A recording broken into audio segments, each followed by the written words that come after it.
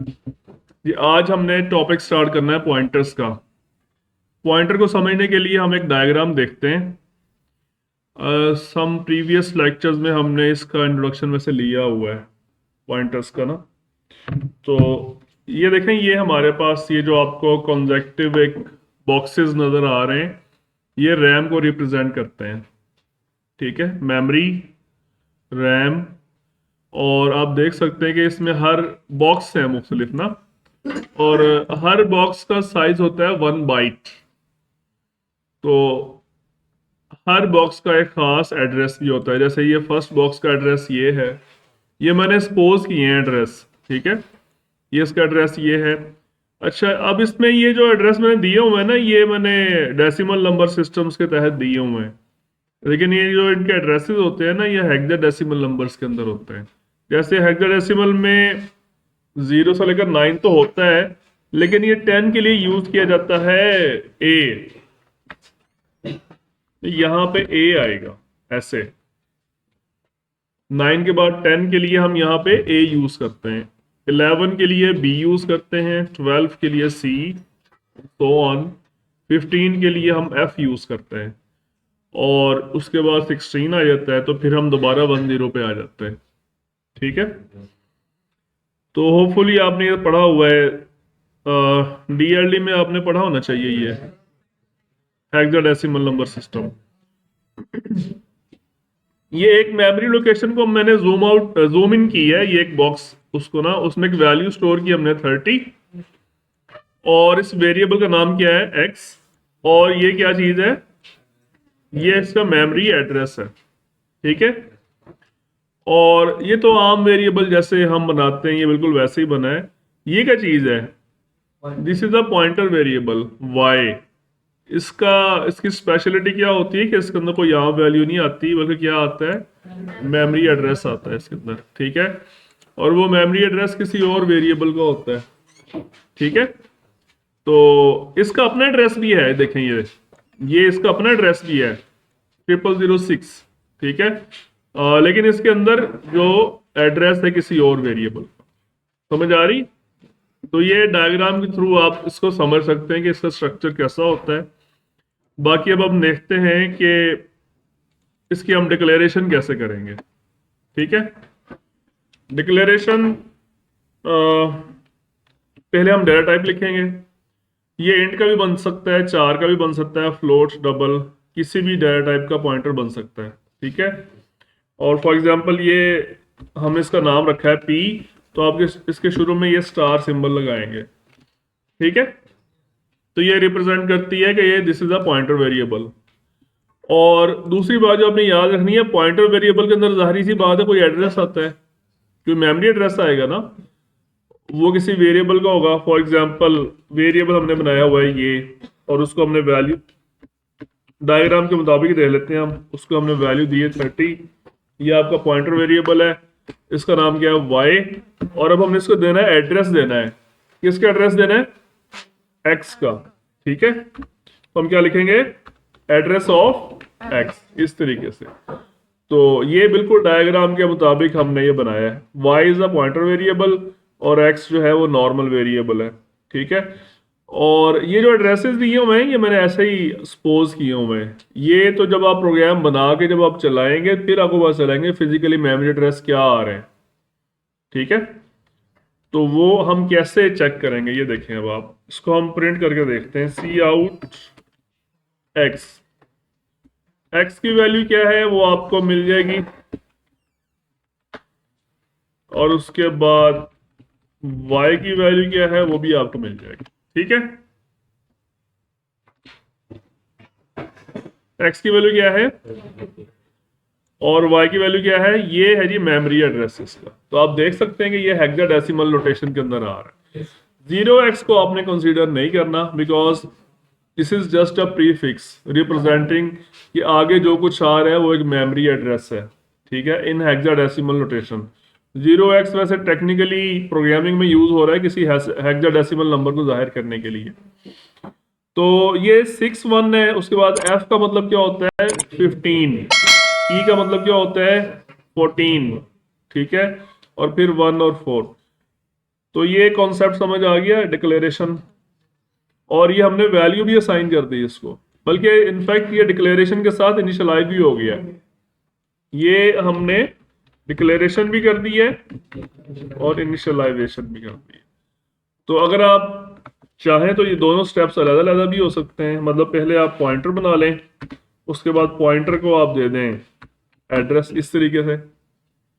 ये भी पॉसिबल है कि ये जस्ट डिक्लेरेशन है और यहां पे क्या हो रहा है, असाइनमेंट ऑफ वैल्यूज। ठीक है, असाइनमेंट की स्पेलिंग अलग है, असाइनमेंट ऑफ वैल्यूज। ठीक है, तो आपने ये देख लिया, डिक्लेरेशन हो गया, इंट्रोडक्शन हो गया, इनिशियलाइजेशन हो गई, और आपने वैल्यूज असाइन करना भी सीख लिया, किस तरीके से वैल्यूज असाइन करेंगे। अब नल का मतलब क्या होता है, एम्प्टी। ठीक है, अब देखें, अब ये इस वक्त एक्स और वाई का आपस में कनेक्शन बना हुआ है, Y is pointing towards X. ठीक है, अगर आप चाहें तो ये कनेक्शन ब्रेक भी कर सकते हैं। यहां पे ये जो है इसको आप कर दें नल, तो इनका आपस में कनेक्शन ब्रेक हो जाएगा। अब वाई एक्स को पॉइंट नहीं कर रहा, वाई के अंदर एक्स का एड्रेस नहीं है। एक पॉइंटर वेरिएबल के अंदर जब आप एक वेरिएबल का एड्रेस रख देते हैं, बाद में वो चेंज भी हो सकता है। ठीक है, यानी ये मैंने एड्रेस किस वाई के अंदर किसका एड्रेस रखा है, एक्स का। मैं एक और वेरिएबल बना लेता हूं, फॉर एग्जांपल ए, उसकी वैल्यू 20। तो मैं बाद में इसको किसी और वेरिएबल का एड्रेस भी दे सकता हूं। ठीक है, और मैं ये भी कर सकता हूं कि मैं वाई को क्या कर दूं, नल। ये भी कर सकता हूं। अब वाई किसी को पॉइंट नहीं कर रहा, वाई के अंदर मेमोरी एड्रेस नल हो चुका है, एम्प्टी हो चुका है। समझ आ गई बात।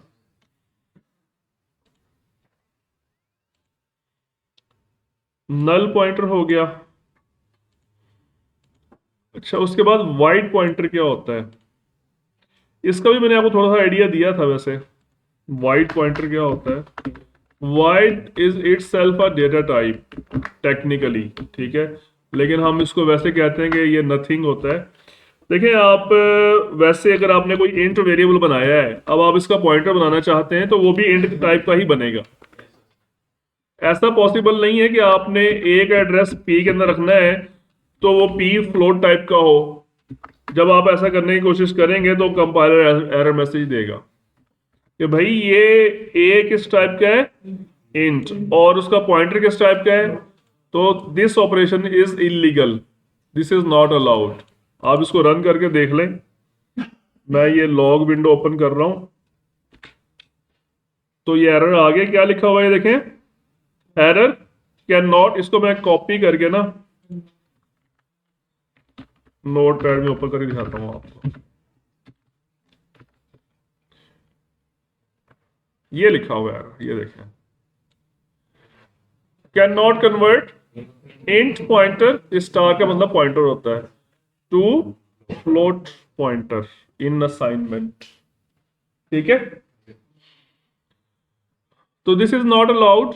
हमें क्या करना पड़ेगा, हमें उसका पॉइंटर भी उसी डाटा टाइप का रखना पड़ेगा, सेम डाटा टाइप का। अब अगर आप इसको रन करते हैं तो there will be no problem. ठीक है, लेकिन वाइड एक ऐसा है टाइप, वाइड को आप किसी भी डाटा टाइप के वेरिएबल का एड्रेस दे सकते हैं। यहां पे अब कंपाइलर कोई प्रॉब्लम नहीं आपको देगा। ठीक है, ओके है। वाइड एक ऐसा पॉइंटर है जिसको आप किसी भी किस्म के डाटा टाइप का एड्रेस दे सकते हैं। ठीक है, लेकिन इसमें एक प्रॉब्लम है वाइड के अंदर, वो हम देखते हैं क्या प्रॉब्लम है। उससे पहले आप एक और चीज देखते हैं। देखिए यहां तो कोई मसला, हमने सिंपल एक इंट वेरिएबल बनाया, उसका पॉइंटर बनाया और उसको हमने एड्रेस दिया ए का। अब यहां पे मैं एक नई चीज आपको बताना चाह रहा हूं कि अगर हम p की वैल्यू प्रिंट करेंगे तब क्या प्रिंट होगा, और दूसरा जो है अगर मैं स्टार p लिखूंगा तो फिर क्या प्रिंट होगा। इन दोनों में डिफरेंस है। और अगर मैं लिखता हूं एड्रेस p फिर क्या प्रिंट होगा, ये तीनों का पता होना चाहिए आपको। p का मतलब देखें, p का मतलब क्या है, एड्रेस ऑफ a। अगर फिलहाल मैं सिर्फ इसको प्रिंट करके देखता हूं p का आंसर क्या आता है। एड्रेस आ गया ना। अब मैं स्टार पी देखता हूं इसका आंसर क्या आता है। इसको पहले ऑफ करना पड़ेगा।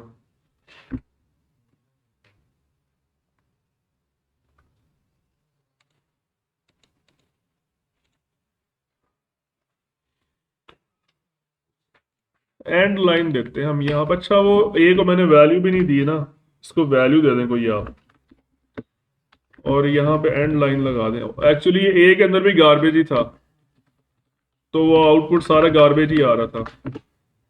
पहले वो पी की वैल्यू प्रिंट करेगा, फिर स्टार पी की वैल्यू प्रिंट करेगा, ठीक है। तो अब देखें पी से क्या आंसर मिला आपको और स्टार पी से क्या आंसर मिला। अगर आप सिंपल पी लिखेंगे तो that will return address of A, address of. अगर आप स्टार पी लिखेंगे, स्टार ये अगर आप यहां पे ऐसे लगाएंगे ना, तो ये रिप्रेजेंट करता है डी रेफरेंस ऑपरेटर। क्या कहते हैं उसको, डी रेफरेंस ऑपरेटर। ये अभी हमने आगे यही पढ़ना था। डी रेफरेंस ऑपरेटर भी कहते हैं इसको, इन डायरेक्शन ऑपरेटर भी कहते हैं, या एक तीसरा नाम भी है वैल्यू एट ऑपरेटर। तो मुझे सबसे बेहतर यही लगता है वैल्यू एट ऑपरेटर, बिकॉज देखिए पी के अंदर तो है एड्रेस ऑफ ए। जब आप लिखते हैं ना स्टार पी, तो इसका मतलब है कि पी के अंदर जो एड्रेस है उस एड्रेस पे जाओ और वहां पे देखो वैल्यू क्या पड़ी हुई है। तो वहां पे वैल्यू क्या पड़ी हुई है, 30। समझ आ गई। और अगर मैं ऐसे लिखता हूं तो उसका क्या मतलब है,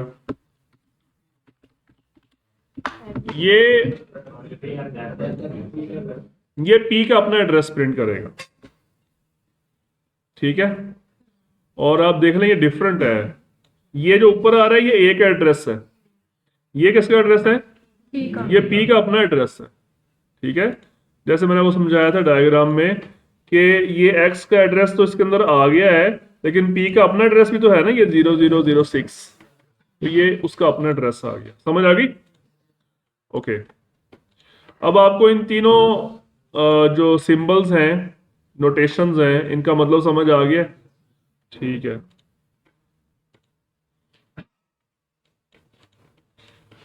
फिर हम नेक्स्ट बात करेंगे ऑपरेशंस ऑन पॉइंटर्स। ऑपरेशंस में दो ऑपरेशंस नॉर्मली परफॉर्म किए जाते हैं, एक होता है एडिशन का और एक होता है सब्ट्रैक्शन का। मल्टीप्लिकेशन और डिवीजन नहीं होता इसमें पॉइंटर्स के ऊपर, वो पॉसिबल ही नहीं है। एडिशन और सब्ट्रैक्शन हो सकता है, ठीक है। और वो कैसे होगा उसको पहले लॉजिक समझ लें। ये एडिशन को समझते हैं पहले, ठीक है। सपोज ये जो एक्स वेरिएबल है दिस इज अ चार variable, not an int variable, this is अ चार वेरिएबल, ठीक है। और वाई भी आपका फिर डेफिनेटली चार पॉइंटर ही होगा ना। तो जो अगर आप लिखते हैं y की वैल्यू इस वक्त की ये एड्रेस है आपके पास 0001, और आप क्या करते हैं y प्लस प्लस, क्या मतलब होता है y प्लस प्लस का, इसमें 1 ऐड करो। तो ये चार वेरिएबल है तो उसमें 1 बाइट का एडिशन कर देगा, यानी इसकी वैल्यू अब हो जाएगी ये 01 था, क्या हो गया। अगर ये इंट होता तो ये 2 का इजाफा करता, 2 बाइट्स का। ये बात गौर से समझ लें कि इसका जो इसके जो पॉइंटर वेरिएबल होता है ना, ये मैंने नेक्स्ट स्लाइड में समझाया भी है कि चार टाइप का जो पॉइंटर होगा जब उसको आप इंक्रीमेंट करते हैं तो वो 1 बाइट मेमोरी के अंदर आगे जाता है, और डिक्रीमेंट करेंगे तो वो 1 बाइट बैक आ जाएगा। इंट टाइप जो पॉइंटर होता है जब उसको इंक्रीमेंट करते हैं तो वो 2 बाइट्स आगे जाता है। टर्बो सी प्लस प्लस में कोड ब्लॉक्स में करेंगे तो वो 4 बाइट्स आगे जाएगा, बिकॉज टर्बो में इंट 2 बाइट्स का होता है, कोड ब्लॉक्स में 4 बाइट्स का होता है।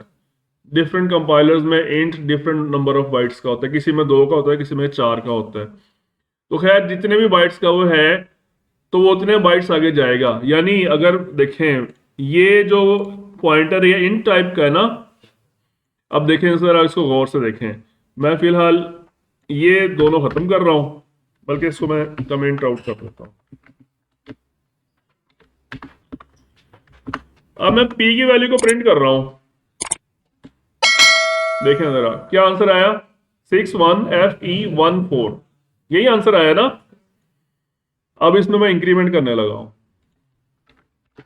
p प्लस प्लस, और उसके बाद फिर मैंने p की वैल्यू को, तो अगर तो नॉर्मल वेरिएबल होता तो उसमें 1 ऐड होता, लेकिन ये इंट पॉइंटर है, ये 4 का इजाफा करेगा।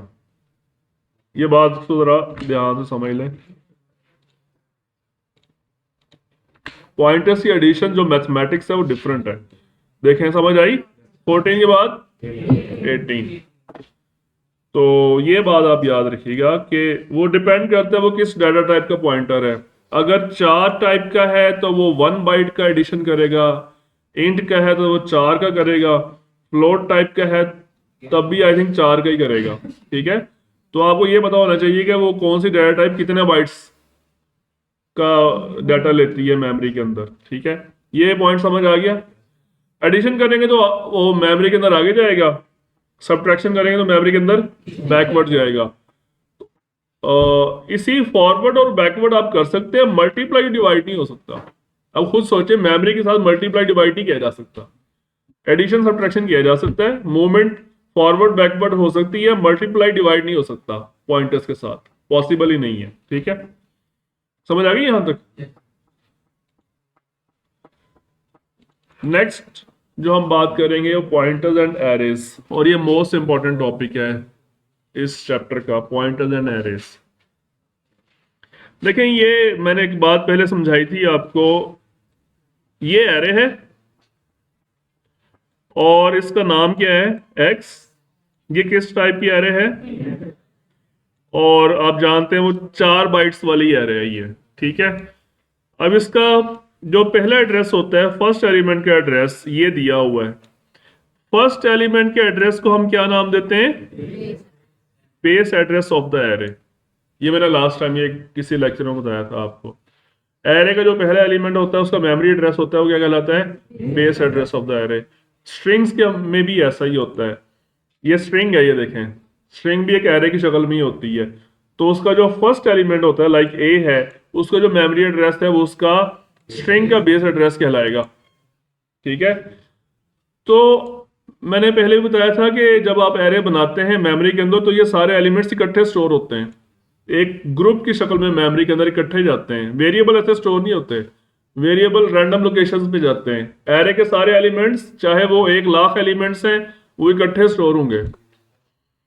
तो अगर आपको उसका बेस एड्रेस पता चल जाए तो आप उसके नेक्स्ट एलिमेंट का एड्रेस प्रिडिक्ट कर सकते हैं कि अगर उसका एड्रेस बेस ये है तो उसका जो इंडेक्स नंबर 1 वाला है वो 4 बाइट्स आगे होगा, इंडेक्स नंबर 2 वाला उससे आगे 2 बाइट्स 4 बाइट्स उससे आगे होगा, एंड सो ऑन।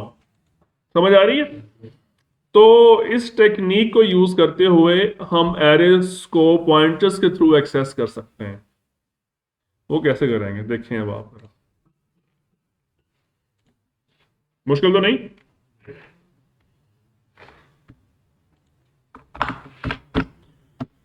अगर नहीं है तो फिर अब मुश्किल चीज आने लगी, इसको देखें जरा गौर से। एरे का नाम क्या है? एक्स। कितने एलिमेंट्स हैं? 5। और उसमें जो वैल्यूज हैं वो ये जो लिखी हुई हैं वैल्यूज, यही ले लेते हैं हम।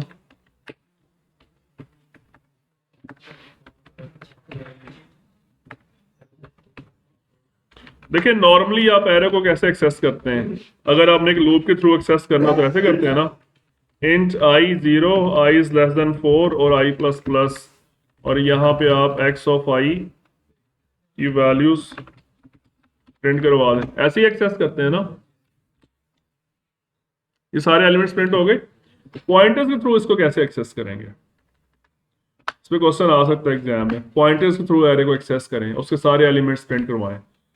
तो आप एक पॉइंटर बनाएंगे, जस्ट 1, उसका नाम जो मर्जी रख दें आप, और उसको आप एड्रेस देंगे किसका? एरे का बेस एड्रेस। एरे का बेस एड्रेस कहां से मिलेगा? एरे के नाम से। ये बात मैंने यहां पे लिखी है, to get the base address of the array we use the name of the array. What is the name of the array? Simple, यहां पे एक्स असाइन कर दें, you will get the base address of the array. जो भी है उसमें memory में जहां भी उसको एड्रेस मिला है वो मिल जाएगा इसको। एक तरीका तो ये है, और प्रॉपर मेथड यही है। दूसरा एक और मेथड भी है, वो ये कि अगर आप, जैसे मैंने वेरिएबल का एड्रेस नहीं दिया था ऐसे, तो क्या ऐसे मैं x ऑफ 0 नहीं दे सकता? क्या एरे के फर्स्ट एलिमेंट पे जाओ और उसका जो एड्रेस है वो p को दे दो, ये भी तरीका है, ठीक है। लेकिन ये मेथड प्रॉपर यही है। अब देखें, इसका हमें मिल चुका है बेस एड्रेस, जो भी होगा हम इसको एक दफा प्रिंट करवा के देख लेते हैं इसका बेस एड्रेस है क्या, ठीक है। इसको मैं कर देता हूं कमेंट आउट, और मैं p की वैल्यू प्रिंट कर रहा हूं। क्या प्रिंट होगा? x का बेस एड्रेस। देखते हैं क्या है भाई। ये है जी x का बेस एड्रेस 61FE00, ठीक है जी।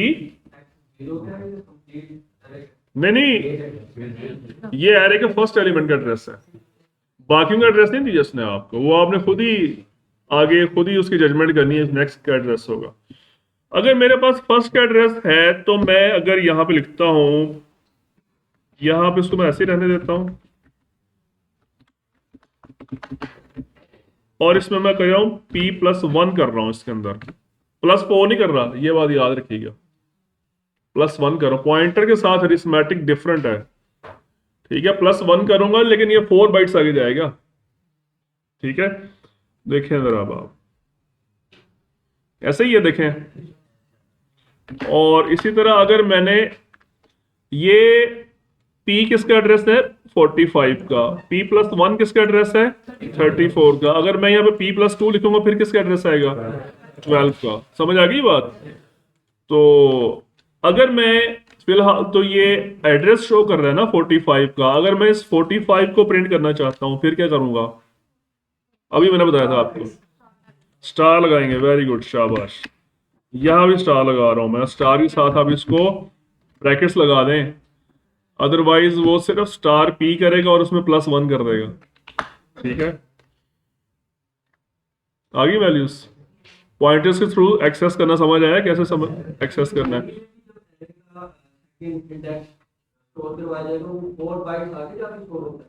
जी जी, यही तो बात समझा रहा हूं ना मैं। इंट एरे है ना, उसमें पहला एलिमेंट का जो एड्रेस होगा उससे अगला एलिमेंट उससे 4 बाइट्स आगे होगा, ठीक है। हर एलिमेंट 4 बाइट्स के डिफरेंस से आएगा, बिकॉज हर एलिमेंट ने 4 बाइट्स जगह लेनी है मेमोरी के अंदर, ठीक है। ये बातें मैंने समझाई हुई हैं आपको पहले सारी, अभी मैंने दोबारा रिपीट की हैं। अच्छा, इसको अगर मैं यहां पे कर दूं p+2, अब क्या होगा 12। तो क्या मैं इसको लूप की शक्ल में नहीं ला सकता? इसको मैं कैसे लूप की शक्ल में लेकर, आई आ गया जी, अब क्या करूं? शाबाश, वेरी गुड। यहां पे मैं कर दूं p+i, तो जब i 0 होगा तो ये क्या प्रिंट करेगा p+0, यानी कि इसको प्रिंट करेगा। इसको आप, ये जो मैंने सिंपल p लिखा हुआ है इसको आप p+0 भी तो लिख सकते हैं ना ऐसे। तो इसी तरह इसको प्रिंट करने के लिए p+3 करेंगे, इसको p+4 करेंगे। तो क्यों ना उसको हम लूप के अंदर ले आए 0 से लेकर 4 तक, और ये सारी वैल्यूज ऐसे खुद ब खुद प्रिंट कर देगा, ठीक है। इसको आप खत्म कर दें और आप इस सारे को प्रिंट कर दें ऐसे ही, ठीक है। क्लियर? तो ये आपने एरे को पॉइंटर्स के थ्रू एक्सेस करना सीख लिया, और इसी तरह से स्ट्रिंग्स को भी पॉइंटर्स के थ्रू एक्सेस किया जा सकता है, लेकिन स्ट्रिंग्स का बिहेवियर थोड़ा सा डिफरेंट होता है। या इसको देखें कैसा क्या बिहेवियर होता है। अच्छा, ये देखें, अगर मैं यहाँ पे स्टार हटाता हूं तो क्या होगा? एड्रेस प्रिंट का होगा ना, और यहाँ पे मैं एंड लाइन लगा देता हूँ ताकि वो हर लाइन में आए अलग-अलग। ये एड्रेसेस देखें आप, 0 4 8, सी क्यों आ गया? 12 है ना, 12 के बाद 0 क्यों हो गया? ये भी 0 हो गया। हेक्साडेसिमल्स की अरिथमेटिक करनी आती है ना, तो आपको पता होना चाहिए सी के बाद 0 0 क्यों हो गया ये, ठीक है। ये आपको पता होना चाहिए। अगर आपको चाहें तो एक कैलकुलेटर का प्रोग्राम है, उससे भी आप हेल्प ले सकते हैं, ये कैलकुलेटर का प्रोग्राम है, इसमें आप जाएं, एक तो होती है स्टैंडर्ड वर्जन इसका, आप चले जाएं प्रोग्रामर वर्जन में। After all you are the programmers, ठीक है।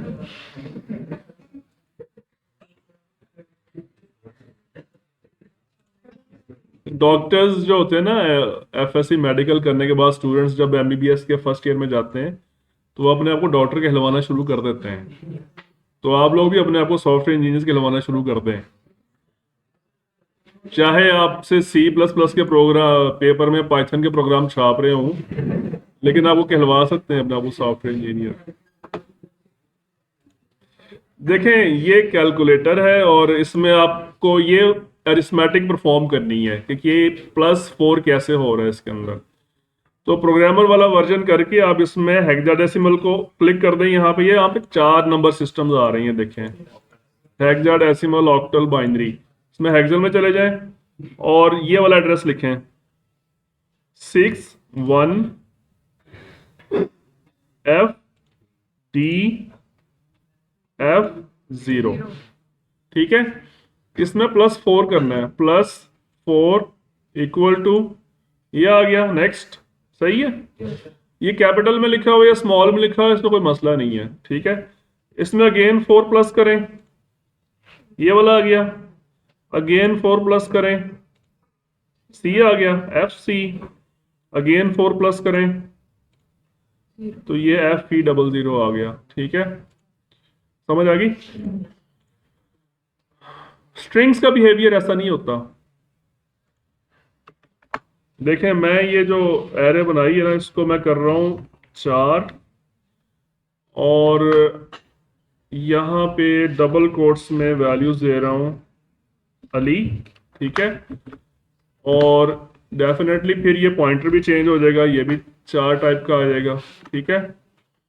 अभी ये मैंने ये जो लूप्स लगाई थी, ये इसके एड्रेसेस को प्रिंट कर रही थी ना। अब देखें आउटपुट क्या आता है।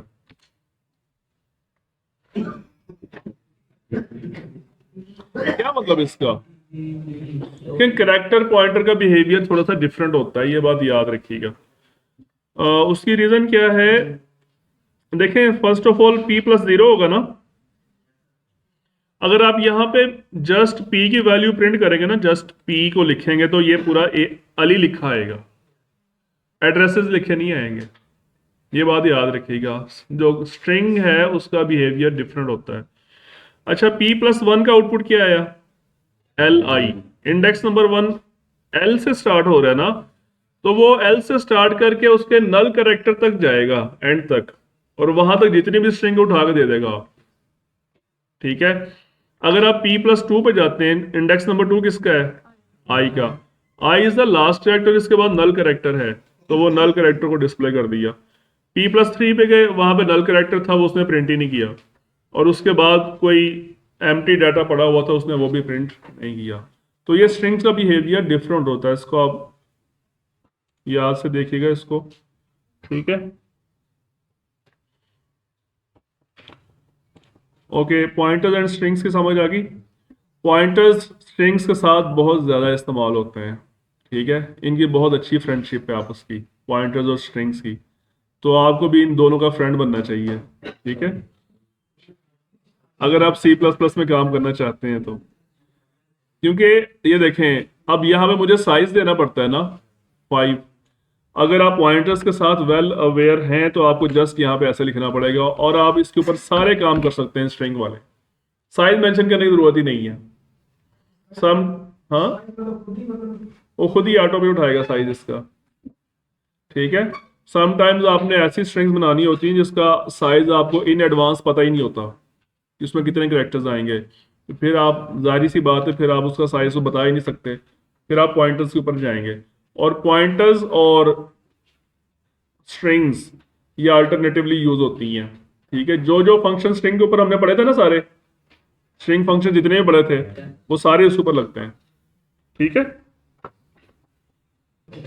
चलो ठीक है, तो यहाँ पे एंड कर रहा हूं।